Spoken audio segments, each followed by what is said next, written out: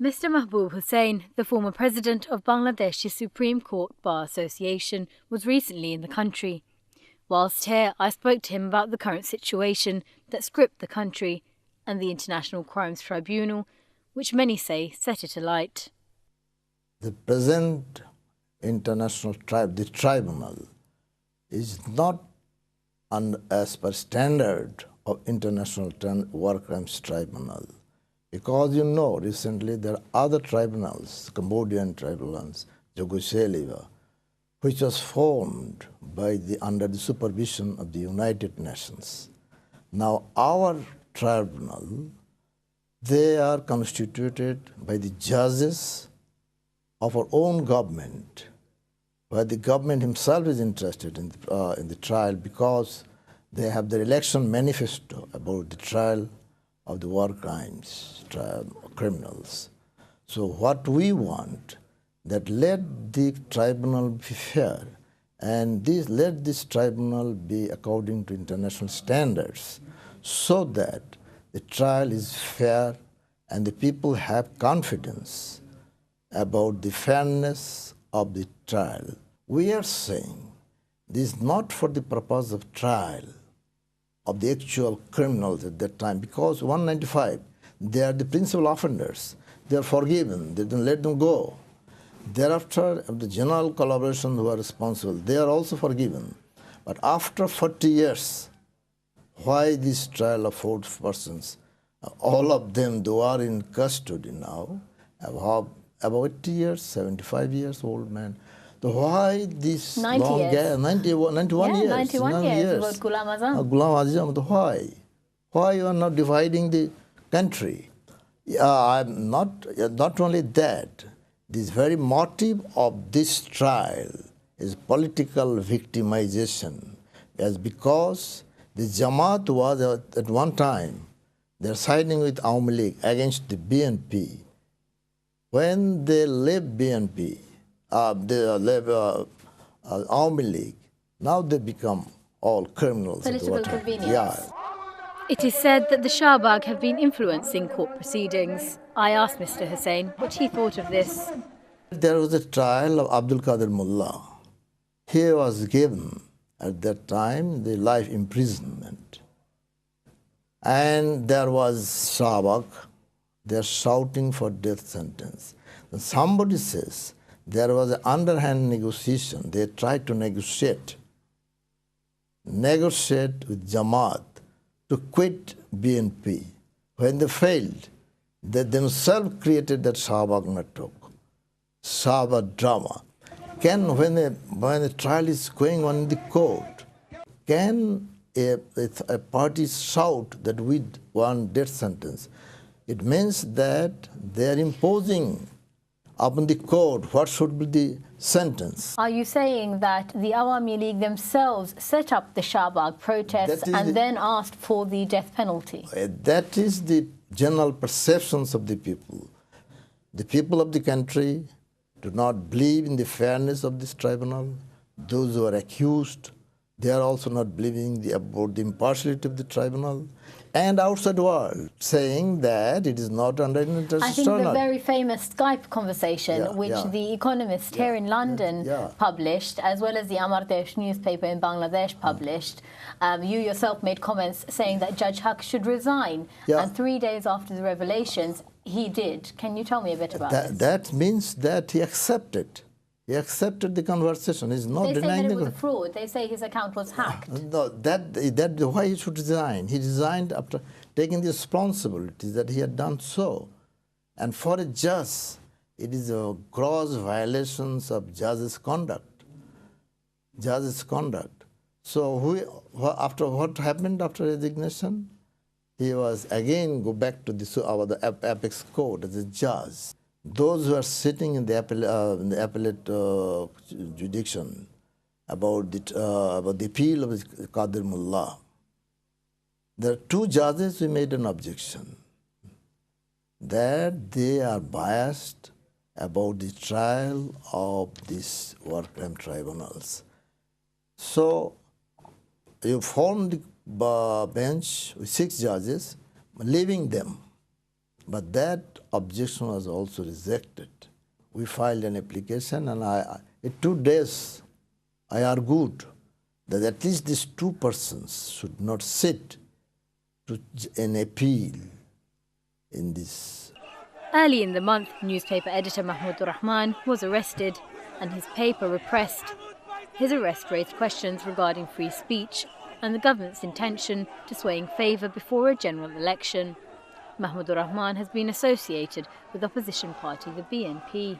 Unless the judiciary is independent, unless the judiciary is supporting the human rights, there's one of the human rights that the newspaper must have right to say, right to the actual facts. Their voice cannot be shut down. The Mahmoud Rahman was a very courageous editor of a paper. They are making, they're writing the true facts about the government of our country, their political activities and other things, and particularly about this trial. A man like Mahmoud Rahman cannot be arrested. Not only arrested, he was remanded to police custody and he was being tortured. And there is the marks of torture on his body. And the local journalists of Bangladesh, they're protesting it. They're demanding the release of Mahmoud Rahman. So our apprehension is this: if this election is being held under the control of this government, the present ruling party, election will not be fair, impartial, will not be impartial. There will be no sanctity of the election. That is why we want, BNP want, the 18 parties alliance along with the Jamaat, the provisions for caretaker government should remain, and they should hold election impartially. So by picking up, nominating some neutral persons who are not interested in politics of any party, but government is refusing the same. And that is why in our country the unrest is going on. Not only that, they are using our law enforcing authorities to stop the people to exercise their democratic rights, that is processions, demonstrations. And you must know that by this time, about 177 persons was killed by the police shooting. And our interior minister, who said in open press conference, the shoot at sight of Jamaat's activist. Can interior minister can say this in a civilized country, in a democratic country? Shoot at. So why we want that? We want the international community, and we want the press, international press. You look at Bangladesh, save Bangladesh from massacres. We believe in democracy. We believe in we are a moderate country. We believe in Islamic religious view, and we also respect all the religions, because as Muslims, we have respect for all the religions.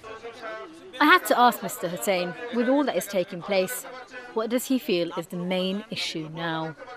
The main issue is the caretaker government, because this ruling party has come up in the month of January 2014, they will have to go. Now they need an election, and for that election, they want to remain in power. remain in power, they have already omitted caretaker government from the constitution. But the likelihood is that they will remain in power anyway. In the last elections, they got with their colliding parties 265 seats. Does that not show a majority? Yeah. A majority government. They had what, 57% of the vote? Yes, but let there be a fair election this time. It might be reverse. By this reverse, because they have failed to perform, to fulfill in their election commitment. They committed to setting up an international crimes tribunal. That was, yes, that was. But what about the Padma Setu and other corruptions? More than 1 million people suffered for their share markets. Who are responsible? How the Padma Setu, why this international Biswa Bank refused to give us a loan? Because of corruptions of this government, economic corruptions. So what we want, if you like to say that they have won the election 75%, 77%, let there be 99%, but let there be a fair election under a neutral government. If the peoples voted them, we have no objection, they will remain in power. But the people of Bangladesh, it was very difficult to hold an election under this government, as because our constitution, the Prime Minister is the supreme authority. He has more power than the Prime Minister of the UK. He has more power than the President of the United Nations. Our constitution is such that unless recommendation or with the advice of the Prime Minister, nobody can do it. Even the President has no power to do anything, to take any steps without the advice of our Prime Minister. And now, according to the Constitution, the Prime Minister will remain in power. And the other members of the Parliament, they will also remain holding the same position. There will be election.